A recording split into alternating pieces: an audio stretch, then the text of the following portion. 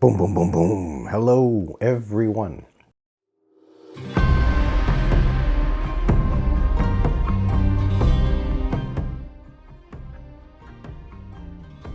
Well, what you can do is very simple. You can just pull something right off your shelf, okay? You can pull some content that's already there. Get on D&D Beyond. I'm sure with enough Google searching, it's a fast motorcycle. With enough Google searching, you might be able to find, you will be able to find free downloads. I think Lost Minds of Phandelver, which is a wonderful, wonderful sort of starter, kind of get your feet wet, right? Let you feel out the game, the group, see how things are going, let those players figure out if they like their characters and want to move forward from there, and so on. That's probably a PDF you can download for free. Just look for it. So you can certainly find something that the writers have already made. When I say completely pre-published, fully done, fleshed out modules, adventures, and stories, like a Curse of Strahd, Out of the Abyss, whatever it may be, these are the sorts of things that you as the Dungeon Master read through ahead of time. If you have a 200-page book, you don't need to read the whole 200 pages. Your players are not going to get through a Curse of Strahd, Out of the Abyss, Baldur's Gate Descent into Avernus adventure that in the intro says this is made for players about levels 1 and it'll take them to about level 12 or 13. They're not going to get through 13 levels of content in one session. So you don't need to read everything. If you're excited as the Dungeon Master, sure. Read through, read further. You're the DM. You have the right to flip through whatever you want in that book. Look later on and figure out what sort of boss fights they're going to have, right? Because that might be something you want to do to help get you excited about this adventure. Why do you pick? Of the however many adventures there already are, 40 books? Which one do you play? Yes, there are some logistical details there of just, this is made for high-level adventurers. If you don't want to start your group at levels 10, this adventure might not be appropriate. Even within something like a Ghost of Saltmarsh, there's many different adventures that you can throw at your players, reading it right from the book, running it right from the book, by the book. But some of them may say, here's a series of adventures for levels 4 through 7, and it'll take you probably 3 levels of content, so that's probably going to get you through about 3-4 sessions, right? So you need to weave through that and figure out what's what. But certainly flip through the book, see if it has the sort of theme and style you're after, and the theme and style that your players are after. But that is one absolute, perfectly viable, successful way, and perhaps even recommended if you are sort of a first-time DM, is go right by the book. Use the monsters it tells you to use. But now you know exactly where to go of what terrain do I need to build, what maps do I need to print out, what do I need to copy and trace based on the map that's in my book and on screen, and put it down onto my Chessex battle mat. What miniatures do I need to grab? And then ahead of time, when your players say, hey, you approach the door, what do you want to do? And they say, I want to open the door. It tells you, if the players open the door, read the following, right? That's very old school D&D stuff. Oftentimes it had these little boxes, little module snippets, indications that are easily identifiable of, here's the information you read that's supposed to be kept close to the vest. It's for the DM only. So read this stuff, know what's going on, so you can kind of further detail and describe the situation. But based on what choose your own adventure style, what your players decide, here's what you read to your players. Here's what the NPC says. Here's the little speech. Now, a second way of preparing is doing what I just mentioned. Take some pre-published stuff, what's already there. But then the next thing you can do is you can kind of twist and turn it and crunch it a little bit. And not exactly, basically don't run it exactly as written, but use that as, let's say, 80% of the content. So when they go left, read what it says, they see, they encounter, they hear. What do all their senses take in? Based on what it says in the book, just read this. But if it says they find an unlocked door, there's nothing wrong with you saying it's a locked door. Because maybe you found some puzzle, trap, cool little door unlocking mechanism from Skyrim or some game that you're excited about, and you've just decided that even though the paper, that what it says in the book says the door is unlocked, I want this door to be locked. I want that to be an obstacle and a puzzle that my players need to work through, because I just finished playing this video game that had a very Uncharted, Lara Croft, Tomb Raider sort of puzzle mechanism to be able to figure out how to unlock this damn door. You're still using what's there in the book, right? There's a door that they run into if they go left. The book says that. And you read, and the description of the door is identical. But you've made some changes. You've now added a little snippet underneath that says there's a DC here that they need to beat at the end of it all, at the end of all the investigation and perception. That's what your thief needs to roll to unlock the door, assuming they put all the pieces of the puzzle together. If there's supposed to be a jaunt through the wildlands, and you read, you move through the wildlands for 3 to 4 hours. The weather barrages you. Rain, storm, sleet, and hail. The pitter-patter, banging off of the paladin's metal armor, pounding against the saddle blanket of your mount. But other than the harsh environment, a reminder of how difficult the terrain will be ahead, and how important it is that you have gathered up cold weather and Arctic gear. Other than the environment and the hazards that nature will certainly give to you, there were no encounters. Now you make a change. You're reading by the book, you're playing by the book, but you decide, I want them to meet a young dragon wormling, and there's some cultist warlock that's trying to tame it, and when the PCs approach, this warlock thinks the PCs are trying to steal his dragon, and therefore he attacks, and now you have a warlock wizard fight encounter. The book didn't say that, but you've added that in. So that is sort of option number 2. You're still running by the book, but you're changing it. You're changing the description of something. You're changing the direction. You're adding something in or taking something out.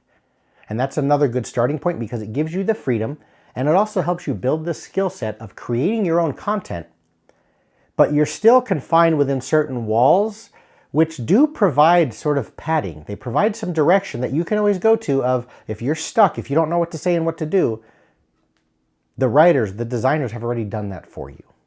Okay?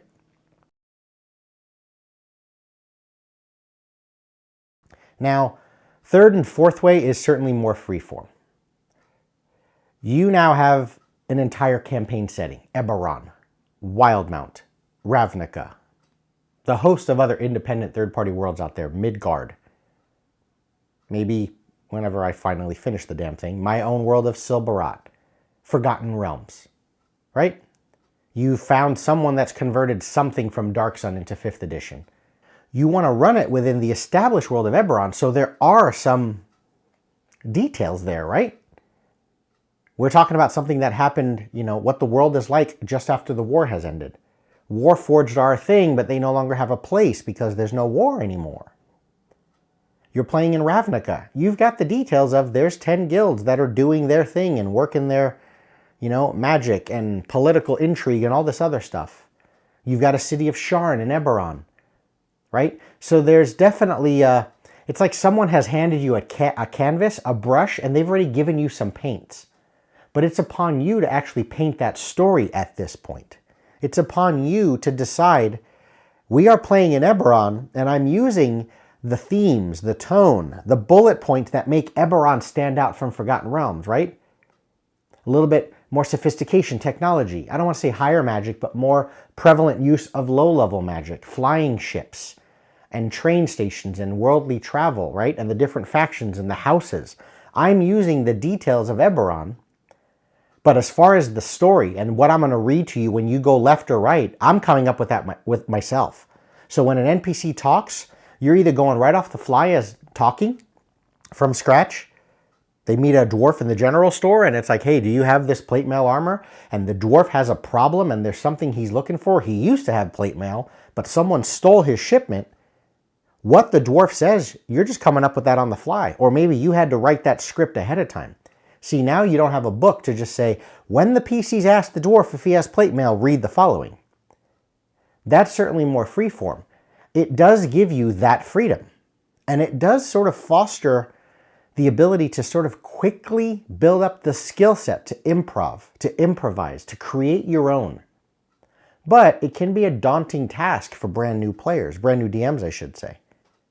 So you might want to tread lightly with that one, but that's certainly sort of a third way, is use pre-published established worlds and settings that give you barriers and boundaries and guidelines on the level of tech and technology and the who's who of the world, factions and interesting places and locales. If it's a world that has no Underdark, that informs a lot even if you're making your own content, because you're not really going to be using Deep Gnomes and Duergar and Drow in an Undercity, because the Underdark has been destroyed by the gods of this world, right? That has been established. Again, the dimensions of the canvas has already been handed to you. So someone's saying, create your own art, but you've got to stay within these boundaries. These are the only colors you can use. Now go ahead and get to painting. And now the final way. Completely off the cuff. Completely do whatever the hell you want to do. It's your own world, your own setting. You're starting the PCs in the woods. You need to determine on your own. There's no book that tells you. Yes, you can of course refer to the monster manual to figure out what are some forest dwelling creatures. But other than that, there's a Shelob type of giant spider. I'm making that up. I'm making up what its name is, what the local folk call it, right? It's some horrible creature that is the tale of legend and nightmare. I'm making up what its CR is, right? Or I'm piecing together different monsters in the book to create my own little Frankenstein's monster version of a spider. There's a cultish tribe of orcs that worship this spider, and they are called such and such. And then when someone asks, what's off the road to the east?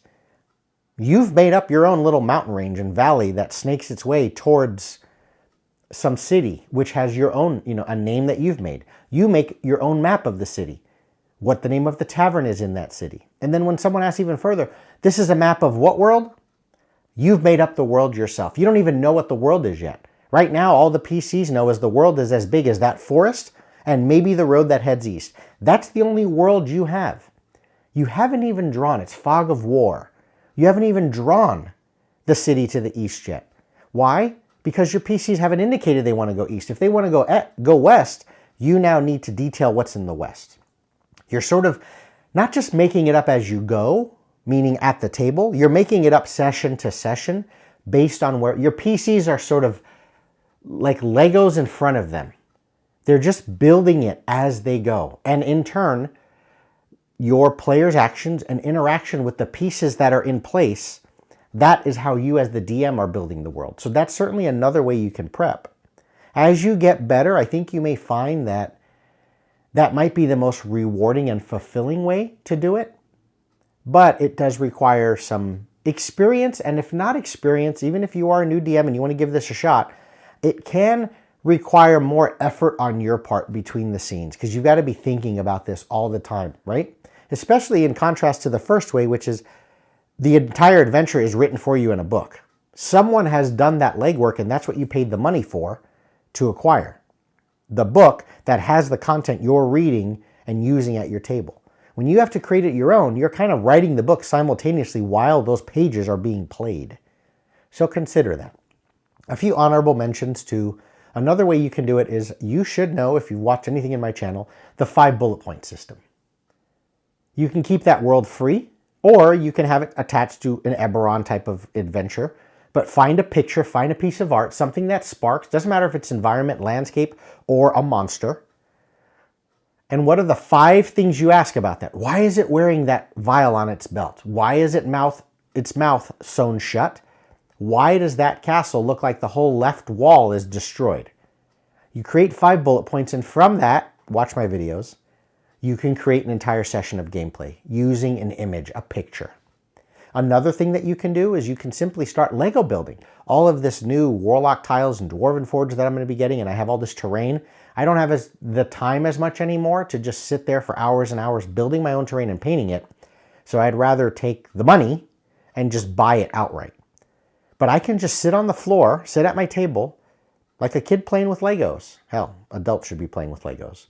And just have a moment of playing with my toys, building things, moving things around, throwing miniatures, and creating this cool little scene. And from that, start asking questions of, why are the orcs even in this graveyard area? Why would they be here? Are they looking for something? Did they get lost? But as you start asking those questions and finding those answers, write the answers down, and you are now creating content. So you can certainly use the visual sort of Lego building block element just and allow that childlike mind to run free as you build some cool stuff and come up with stories based on what you're building at the table. And the great part about that is once you're done and you've come up with the story, you now know exactly what terrain to use because you've already built that dungeon.